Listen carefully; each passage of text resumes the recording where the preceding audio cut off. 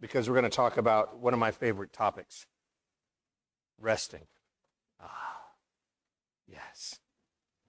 I watched a special hello to those of you watching on the video, live or later on. Glad you're here too. Some friends of mine and my staff, some of my staff, were on me to watch K-pop Demon Hunters. Anybody heard of this? On Netflix. As you know, being able to interact with and speak to and understand children is important to me as a priest. So it's like sociological research, and I'm just interested in the messages. I have to say, I find myself very concerned that the children are subjected to those images. I could not have handled that when I was, I guess kids do now, but I don't quite understand it. But I'm bringing it up because there was something about the movie that I liked. The heroines of the movie are these three young ladies who are the K-pop demon hunters, and they're demon hunters / pop stars, and they get very tired, and they're going to have some time off, and the three of them, they have a chant that they do together. Then they go couch, couch, couch, couch. Remember this? Anybody seen it? And I was like, I like that. That part I get. Have you ever been there before? When you're like at the end of a long day and you're like almost home, and in your head you're thinking, couch, couch, couch. If I could just get to my chair, if I could just get to this place, I can sit, I can rest. When we're like that, what does that mean? It means our body's telling us it's time to sit down. The other thing I watched on Netflix that blew my mind was the 3-part docu-series on The Biggest Loser. Did you see that? Anybody see that?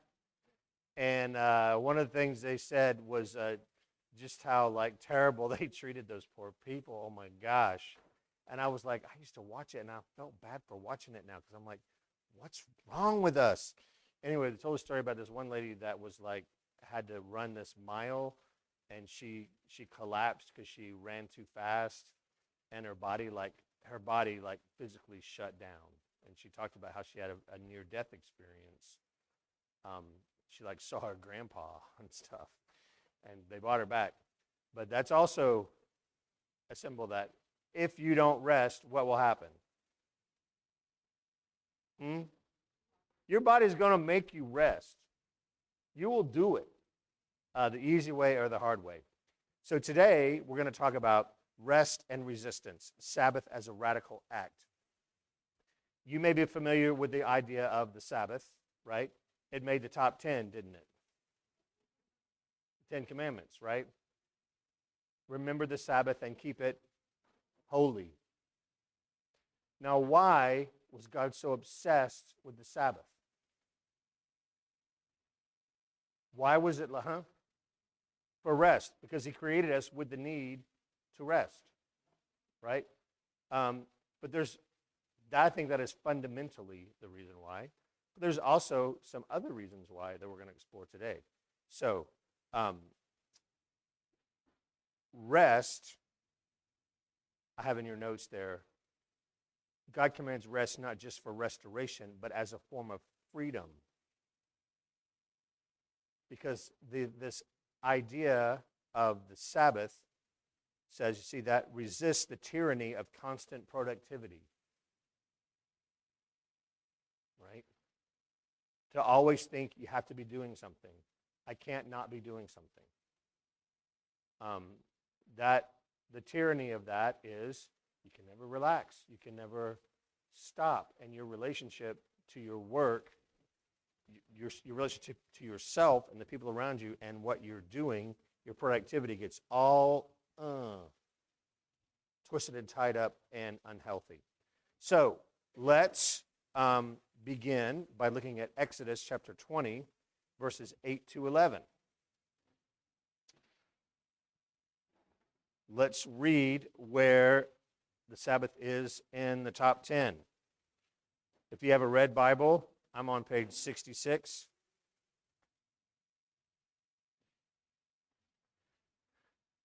Y'all, I got new contacts. My new glasses came in too. But I got my new contacts. I can't believe how great I can see. It's incredible.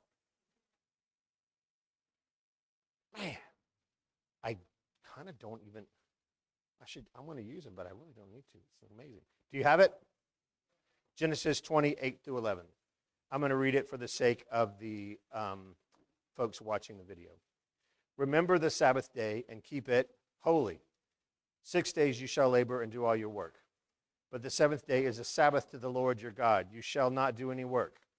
You, your son or your daughter, your male or female slave, your livestock, or the alien resident in your towns. Notice, God is saying here, I don't want you to delegate out your stuff to someone else.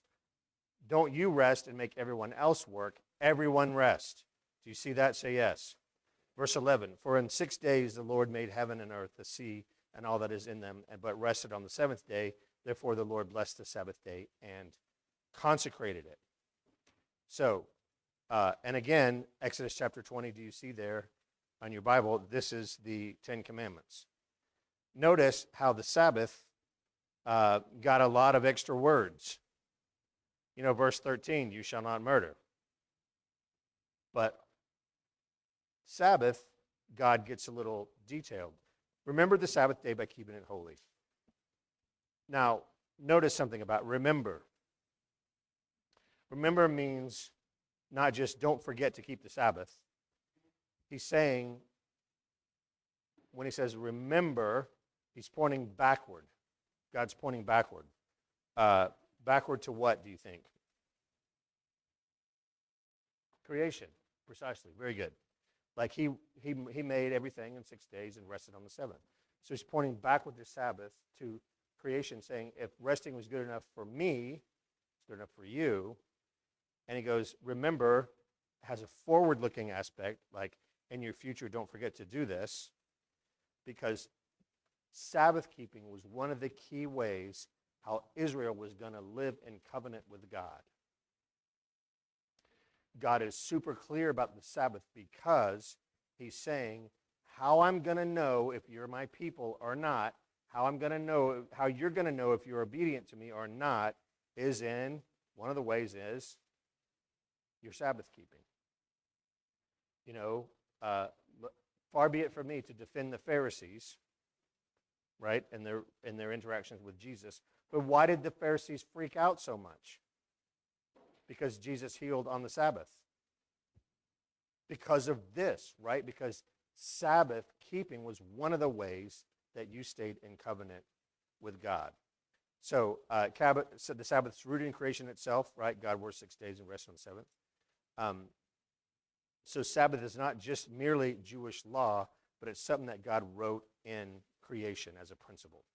So let's consider the theological significance of Sabbath keeping.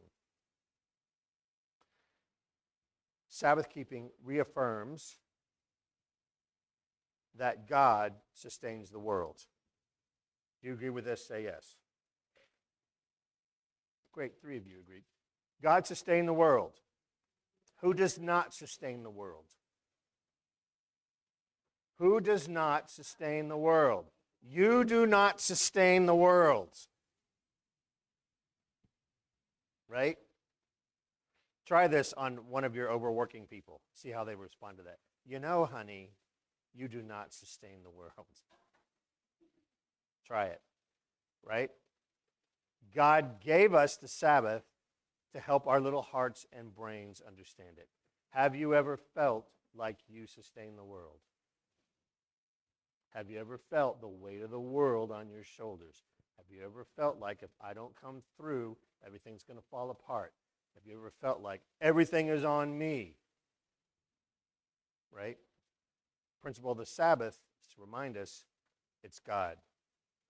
Sabbath keeping, how it's a radical act, how when you're keeping Sabbath, you're doing more than resting. Sabbath keeping is your way of saying to God, and also, I think, equally as important, it's your way of saying to yourself, I am not indispensable.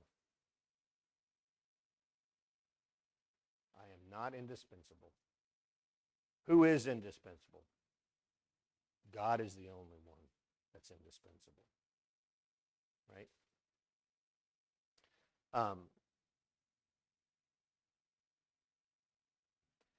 My guy, again, I took a lot of this from a sermon series by a guy called Tim Keller, a Presbyterian preacher in New York who died like almost 2 years ago now. He said a great thing that I liked. He said that work is one of the ways that we image God, right? Remember how in the first week we talked about how work is put in the principle of how we were created, right? That God even called us to work even before the fall, right? We're to keep the garden, tend the garden.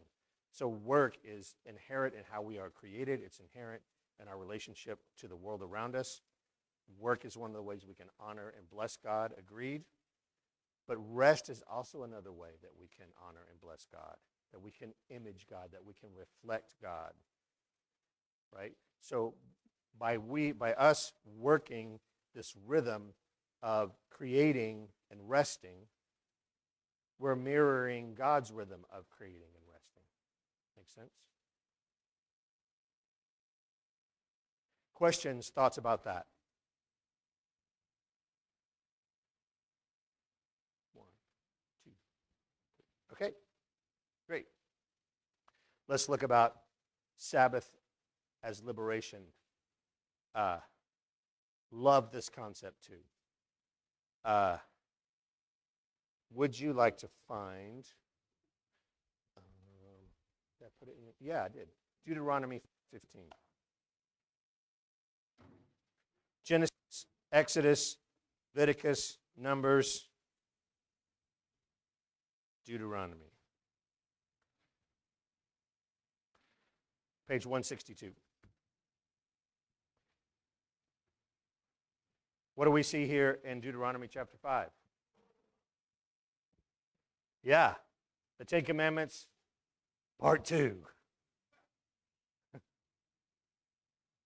Isn't that interesting? Here we have Moses is convening all of Israel and is reminding them of what the Ten Commandments are. And so let's look at Deuteronomy 5:15. Again, verses, you can see the larger context of the Sabbath starting in verse 12. But I think what's interesting in Deuteronomy is this verse 15, which you didn't see in our earlier passage from Exodus, notice. Are you with me? Deuteronomy 5:15. Remember that you were a slave in the land of Egypt, and the Lord your God brought you out from there with a mighty hand and an outstretched arm. Therefore, the Lord your God commanded you to keep the Sabbath day. So, what is the connection between the Exodus out of Egypt and keeping Sabbath? Well, in Egypt, could the Israelites ever rest? No. Resting was unthinkable. In fact,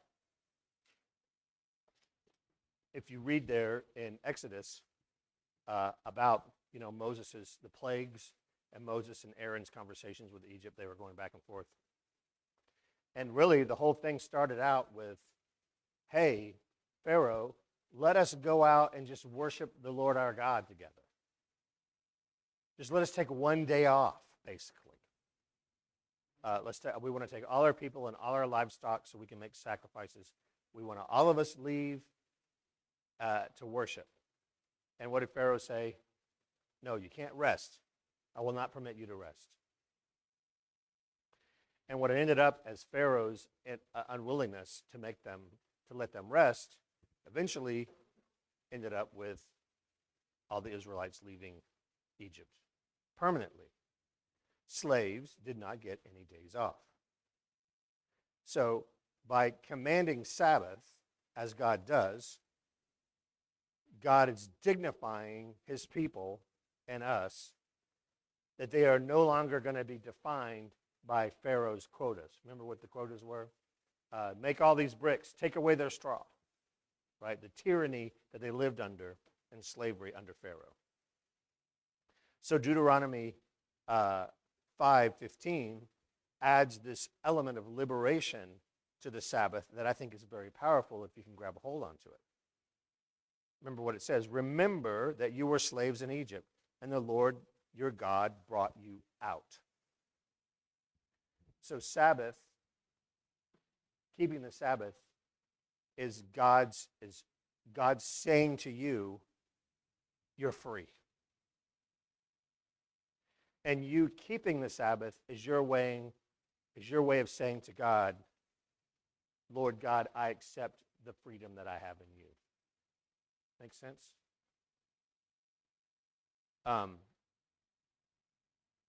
Kate, again, remember I used Keller and this woman, Kate Bowler, this theologian from Duke. She has a critique of what she calls hustle culture, which I think is a real thing. Hustle culture aligns here. Pharaoh says, you are what you produce. Make my bricks. But as we learned last week, God says, you are my beloved. You are not what you produce. You are my beloved. So let's stay with this a second. We're not slaves. Amen? Agreed. So what would be the modern day equivalent to that? Oppression.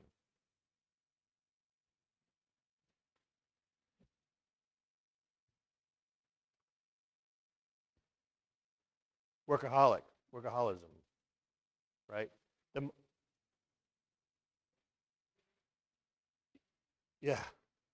Yeah.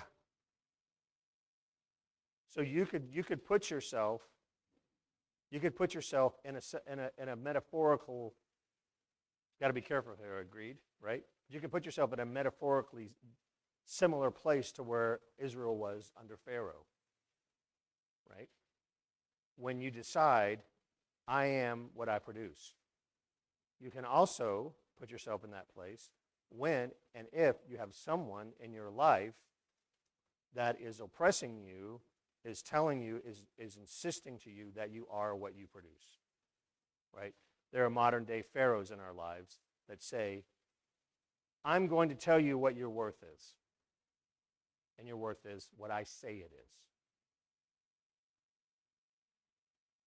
Get me?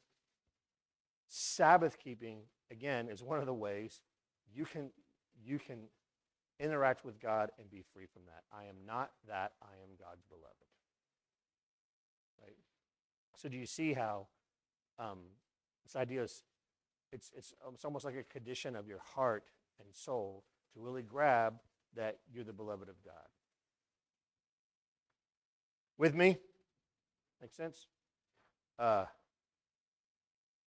This is a good thing to remember, too, those of you who have people that work under you.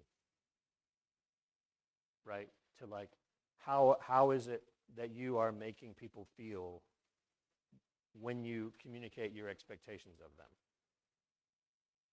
Right? I've had people over the years that I know take every word that I say to them very, very seriously, right? And they'll take what I say and they'll play it over in their head over and over again, right? And when I know that, how should I be careful when I interact with them? Of course, right? Because I can't say to them, you know what? You just need to dig deep in, build the bridge and get over it. Now, there's some people that you need to say that to. Am I right? Usually the people that live in your house with you. Anyway, but there are some employees that you should never say something like that to. Why? Because it would crush their souls. Right? Recently, what I've learned, looking back at you, is one thing I say quite often is, what does support look like for you? Right? You tell me what supporting you feels like. And a lot of times when I ask that question, I'm amazed at what the answer is. Right? So don't be a Pharaoh if you're in Pharaoh's position. And also, like, please get a grasp of that you are not what you do. All right. Let's look at Jesus and the Sabbath. Let's find Mark chapter 2, verse 27.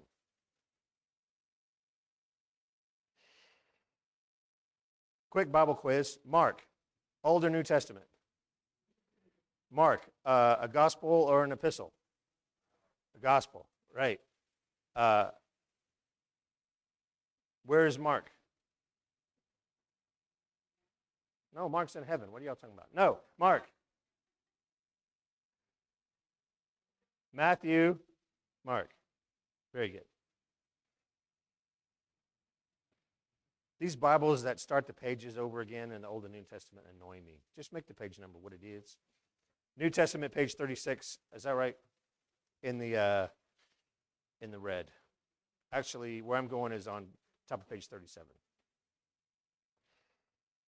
But actually, let's. I think that it's better to read the whole of this little passage here.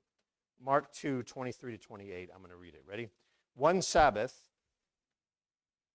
Jesus was going through the grain fields, and as they made their way, his disciples began to pluck heads of grain.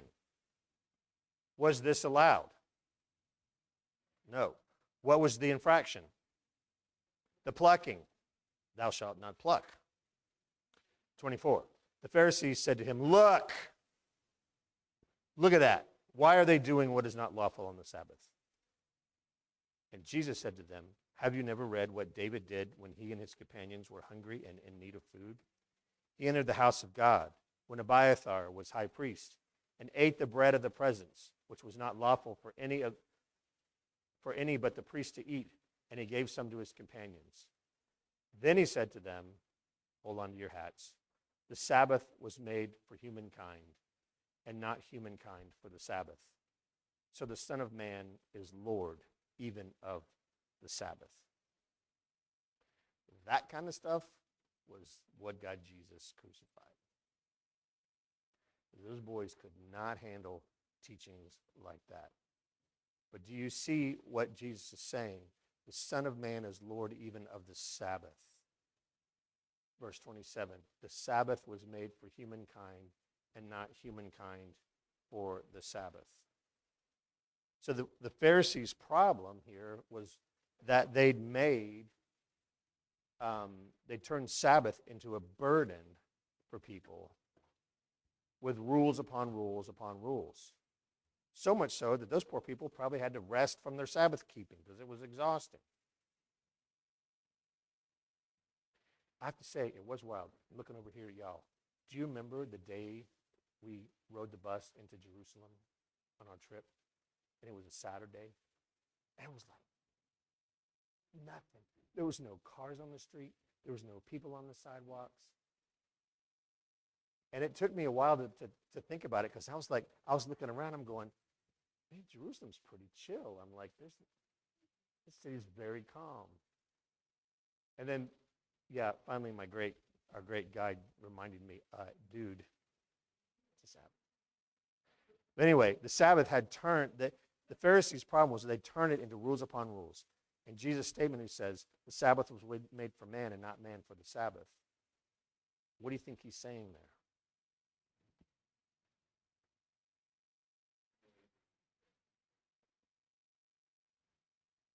What's rest look like for you? The purpose of the Sabbath was for what? For rest for us. God gave us the Sabbath as a gift to us. And when Jesus said the Sabbath was made for man, see that, as a gift for us, not man for the Sabbath, he's saying that we are not to be a servant of the Sabbath in tyranny, to let the Sabbath have tyranny over us, right? Sabbath is a gift, a delight, a restoration, a freedom. Have it in your notes there. Sabbath is a gift of grace, not a burden of rules. And when Jesus says the Son of Man is Lord even of the Sabbath, I don't think at all that Jesus is abolishing the Sabbath or the concept of the Sabbath here. What he's trying to do is he's trying to restore what the heart of the Sabbath is, which is freedom, restoration, grace, getting back into the rhythm of work and rest that God created us to have.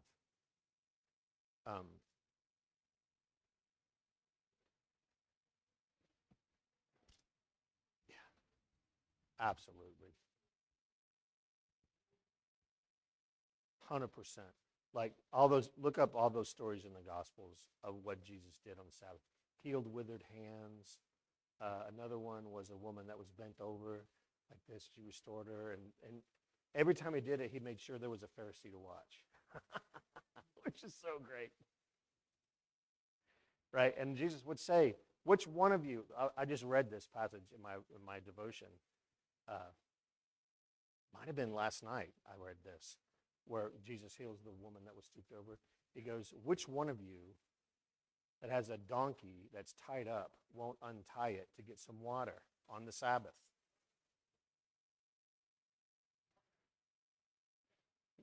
Yeah. Yeah, and he would go, how much more should this daughter of Israel be set free from what's binding her so that she can be at peace and healed, right? Tim Keller says the Sabbath shows us both our finitude, we are creatures, not gods, and our freedom, that we are not slaves. Finitude or finitude? Finitude? Finitude? What would you say? Finitude or finitude? Finitude? Finitude and freedom. All right. Questions, thoughts about that? Finitude. Okay. Next, rest as resistance. The Sabbath is, I'm doing so great on time. I can't believe this. Okay. Rest as resistance. The Sabbath is a countercultural thing to do.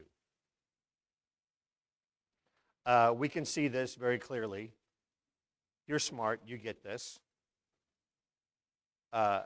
We're in a society that worships productivity, efficiency, and hustle.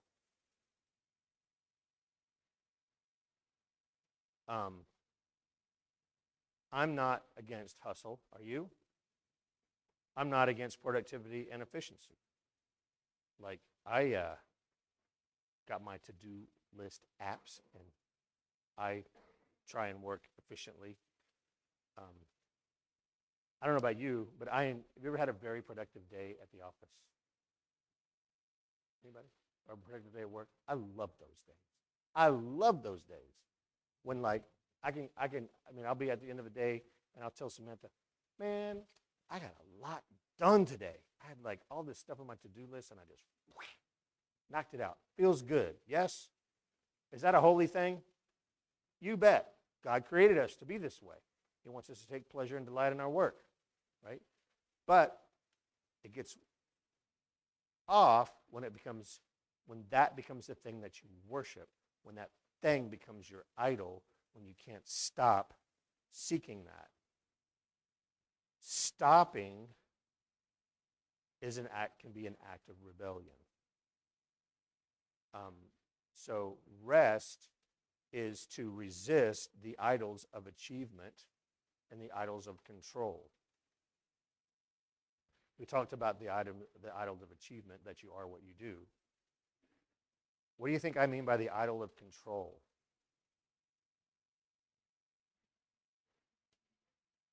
Huh? That could be all-consuming. Yeah.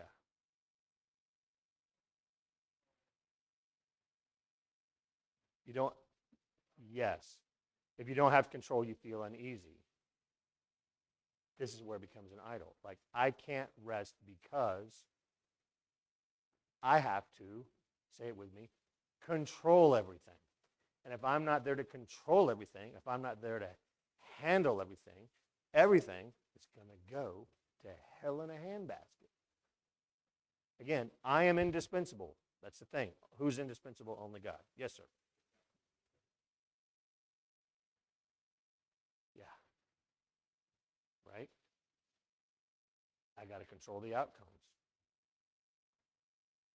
One of the greatest things I can do for St. Thomas is never be here on Mondays. Agreed? Melanchon's here.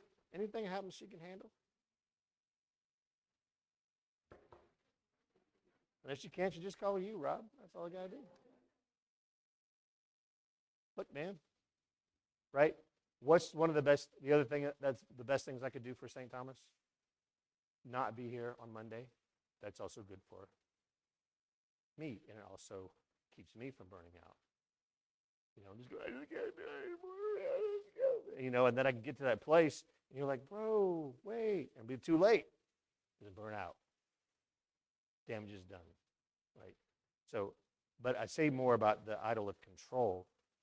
Some of you, especially if you are in positions of influence and authority, really resting, really unplugging, letting the thing go for a day will be good for you. And guess what? It'll be good for the people that work with you and work for you. So they can feel a little bit of independence from you, that they can feel like they can handle things on their own, right? And I love it now because we didn't used to be, Allie and I took both our days off on Fridays. So we would always, she and I could have 4 days together. But I just decided, 3 days of Melanchon a week is plenty.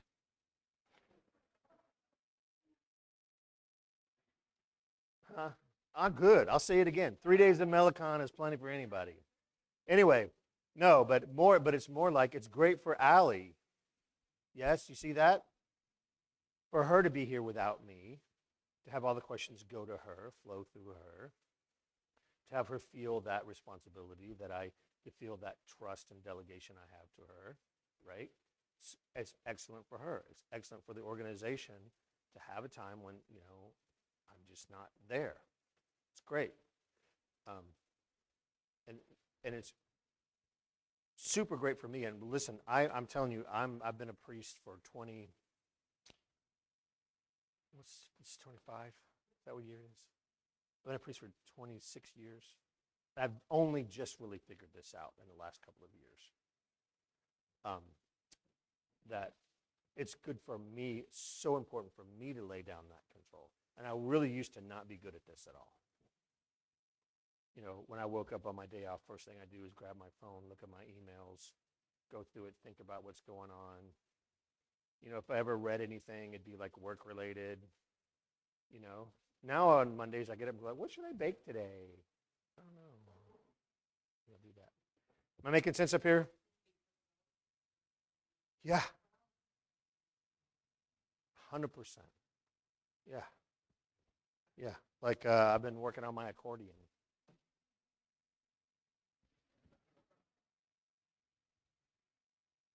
Coming soon to a church near you. Ryan will never let me do it. All right. Where are we? 5. What Sabbath is and isn't. What Sabbath is. Rest redefined.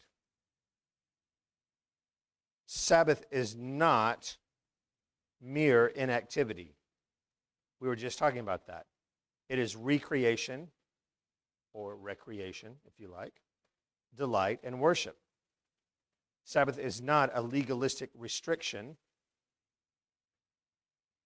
right? It is liberation from endless striving. Sabbath is not optional self-care. It is a command that forms identity. What do you think that means? Not optional self-care, but a command rooted in grace.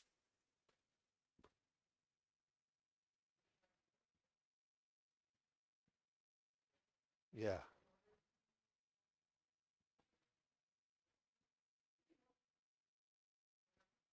True.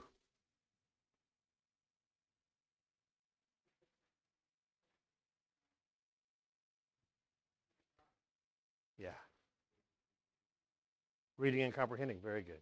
See that? Yeah. Reading, I got to read. Or am I reading to comprehend? Rest. Am I taking my rest to rest, or am I taking my rest to get realigned? Keller says Christians should learn to work from rest, not for rest. Work from rest, not for it. See that? I work and work and work and work, and now I got to rest. That's the K-pop demon hunter way of Sabbath keeping. Couch, couch, couch, couch. Right? And again, sometimes that's what it'll take to get you to rest.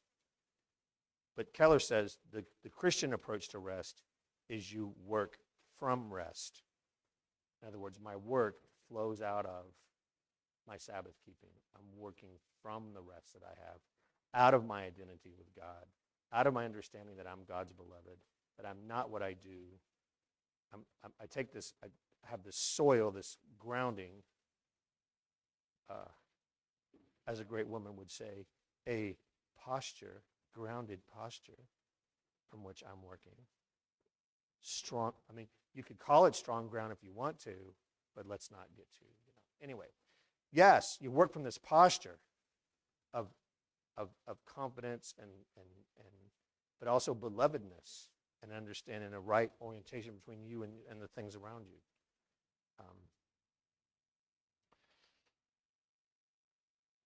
So we work out of freedom, not out of desperation.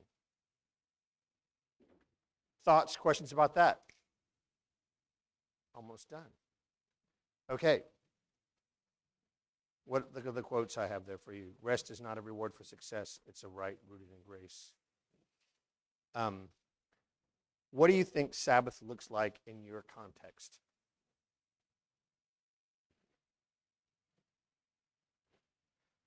For some of you, yes, sir.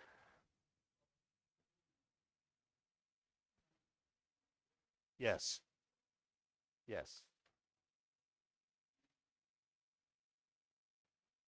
You had to work on the Sabbath? Yeah. Yeah.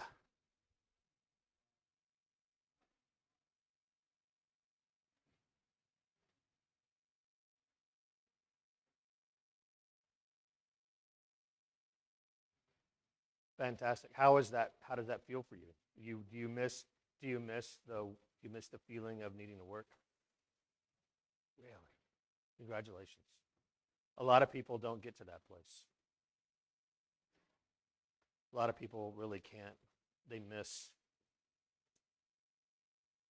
that part of their life. They miss being needed. They miss being indispensable because their identity is tied in their job. That you're able to be that way in retirement, Rusty, lets me know that you probably had a good relationship to your work while you were working.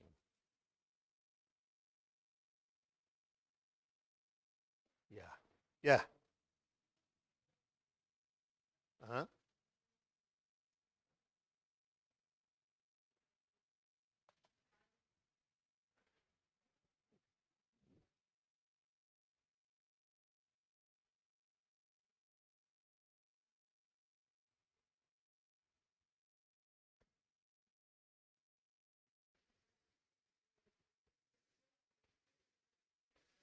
Yes.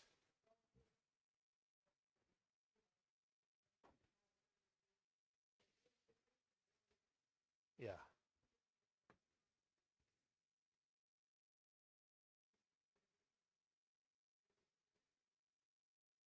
Yeah. Yeah.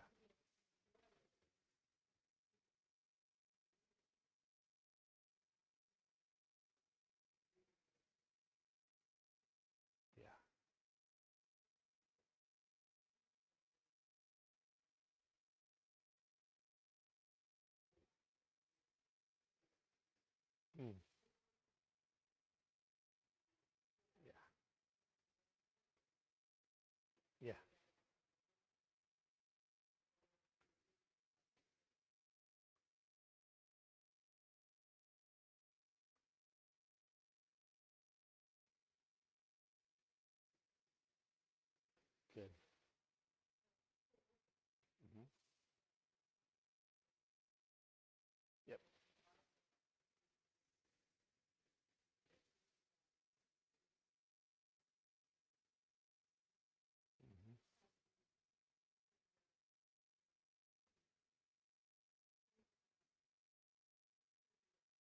Yeah.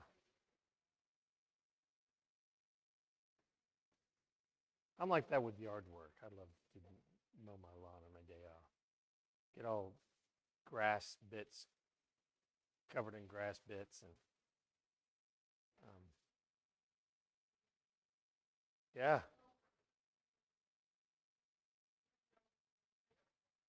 yeah,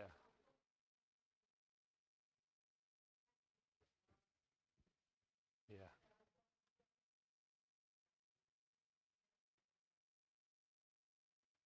yeah. Good for you. You know, I haven't read about this, but I'd be interested about what folks might say about it. Is, you know, retired folks still need to keep Sabbath. I know a lot of exhausted retired people that really have filled up all their space with stuff, and they can't like they don't have any room. So good for you for doing that. I think that's great. You know, and I think Sabbath. This is where we differ from the Pharisees. Hallelujah. The Sabbath isn't the same for everyone. I think you need to find what your Sabbath is and experiment with it and find it. For some of you, um, I'm a teacher spouse, so I've watched what you're talking about with my own wife. Teachers just work 7 days a week, usually. For some of you, it may be saying, I'm going to have one day of the week where I don't do anything school related, or I don't do a full day set apart. And yes, I may need to grade, but I'm going to grade on Saturday, but not Sunday, or Sunday, but not Saturday. I am going to take one day where I don't think about this and just feel what that's like and make yourself do it on the non-Sabbath day so that you can have that, right? That's what Saturday is for me.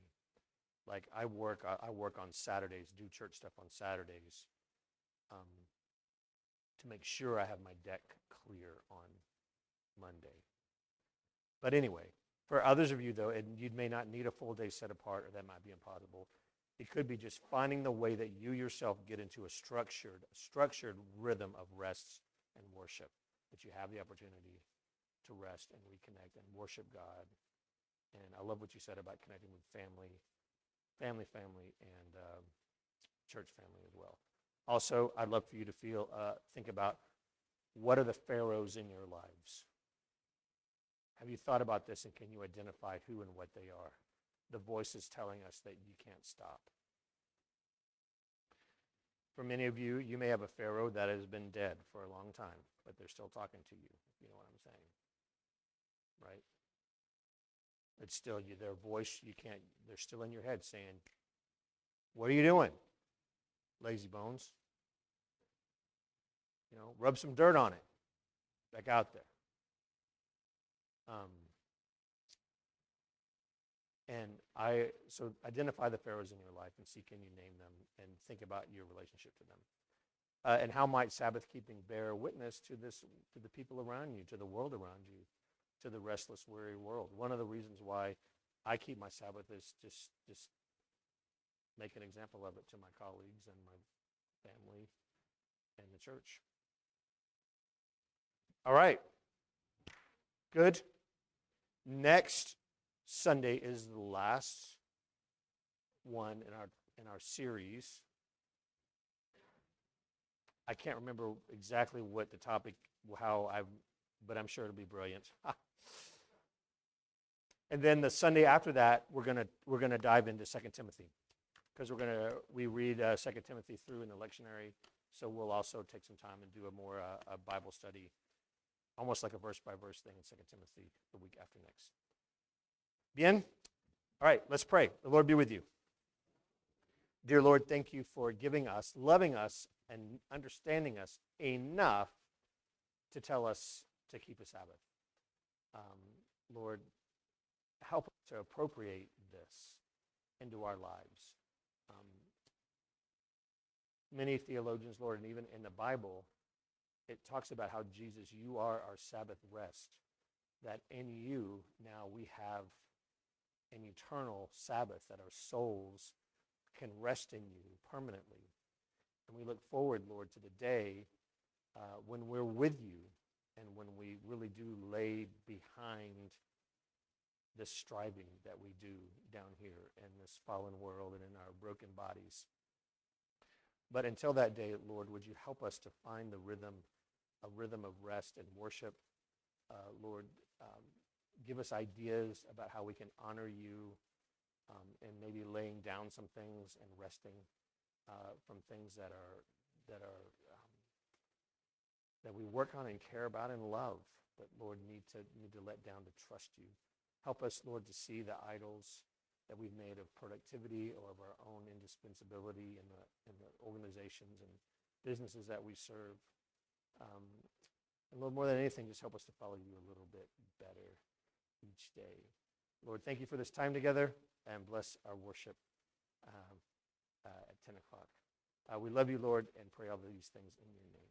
Amen.